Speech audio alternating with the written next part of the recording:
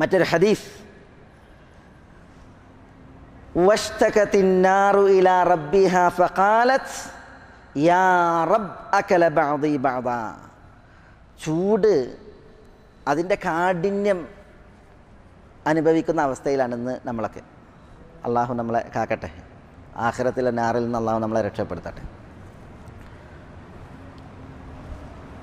നബി സല്ലല്ലാഹു അലൈഹി വസല്ലം തങ്ങൾ പറയുന്ന, ഇമാം ബുഖാരി റിവായത്ത് ചെയ്യുന്ന ഹദീസിൽ, വഷ്തകത്തിന്നാർ ഇലാ റബ്ബിഹ, നരകം അള്ളാഹുവിനോട് ആവലാതിപ്പെട്ടു. എന്താ നരകം അള്ളാഹുവിനോട് ആവലാതിപ്പെട്ടു? ഇലാ റബ്ബിഹ എന്നാണ്, തൻ്റെ റബ്ബിനോട് ആവലാതിപ്പെട്ടു. യാ റബ്ബ്, റബ്ബേ അകല ബഅദി ബഅദാ. നരകം പറയാണ്, എൻ്റെ ചില ഭാഗങ്ങൾ ചില ഭാഗത്തെ തിന്നാണ്. താപത്തിൻ്റെ ചൂടിൻ്റെ കാഠിന്യത്താൽ അള്ളാഹു നമ്മളെ കാക്കട്ടെ. നഊദു ബില്ലാഹി, അല്ലാഹുമ്മ അജിർനാ മിനന്നാർ. അപ്പോൾ അള്ളാഹു സുബ്ഹാനഹു വ തആല അദിന ലഹാ ബിനഫസൈൻ, രണ്ട് നിശ്വാസത്തിന് അള്ളാഹു നരകത്തിന് അനുവാദം നൽകി എന്നാണ്. ഇവിടെ നരകം അതിൻ്റെ റബ്ബിനോട് ആവലാതിപ്പെട്ടു. എങ്ങനെ ആവലാതിപ്പെട്ടു?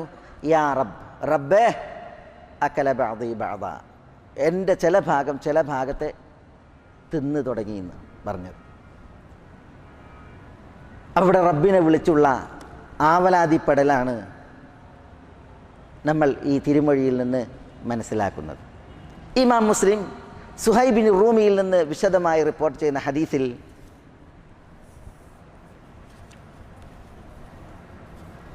ഒരു അത്ഭുത ബാലൻ്റെ കഥ പറയുന്നു. ആ ബാലനെ ദിവ്യത്വം ബാധിച്ച ഒരു ഭരണാധികാരി വധിക്കാൻ പലതവണ ശ്രമിച്ചു. മലയുടെ മുകളിൽ കൊണ്ടുപോയി എറിഞ്ഞു കൊല്ലാൻ പക്ഷേ കഴിഞ്ഞില്ല. സമുദ്രമധ്യേ കൊണ്ടുപോയി വെള്ളത്തിലെറിഞ്ഞു കൊല്ലാൻ സാധിച്ചില്ല. അവസാനം ഈ കുട്ടി തന്നെ ആ ദുഷ്ടഭരണാധികാരിയോട് പറയാണ്. കാരണം ദുഷ്ടഭരണാധികാരിയുടെ പേടി ഈ കുട്ടി കാരണത്താൽ ജനസമൂഹം ഒന്നടങ്കം അയാളിലുള്ള വിശ്വാസം നഷ്ടപ്പെടുത്തിയിട്ട് അള്ളാഹുവിൽ വിശ്വസിക്കും എന്നുള്ളതാണ്. അതാണ് പേടി. കുട്ടിക്ക് വേണ്ടത് എന്താ?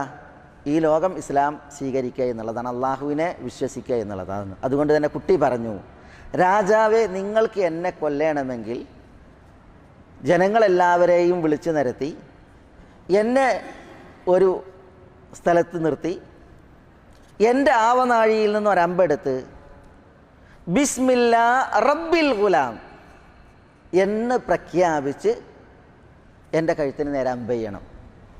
അങ്ങനെയാണെങ്കിൽ നിങ്ങൾക്ക് എന്നെ കൊല്ലാൻ പറ്റുന്നതാണ്. അങ്ങനെ എല്ലാവരും ഒരുമിച്ച് കൂടി, ആബാലവൃതം ജനങ്ങൾ തടിച്ചുകൂടി, കുട്ടിയെ ഉയർത്തി നാട്ടി കുട്ടിയുടെ ആവനാഴിയിൽ നിന്നൊരമ്പെടുത്ത് അയാൾ അമ്പെയ്യാണ് കുട്ടിക്ക് നേരെ. എന്ത് പറഞ്ഞിട്ട്? കുട്ടി പറഞ്ഞ വചനം പറഞ്ഞിട്ട്, ബിസ്മില്ലാ, അള്ളാഹുവിൻ്റെ നാമത്തിൽ. ആരാണ് അള്ളാഹു? റബ്ബിൽ ഗുലാം, കുട്ടിയുടെ റബ്ബായ,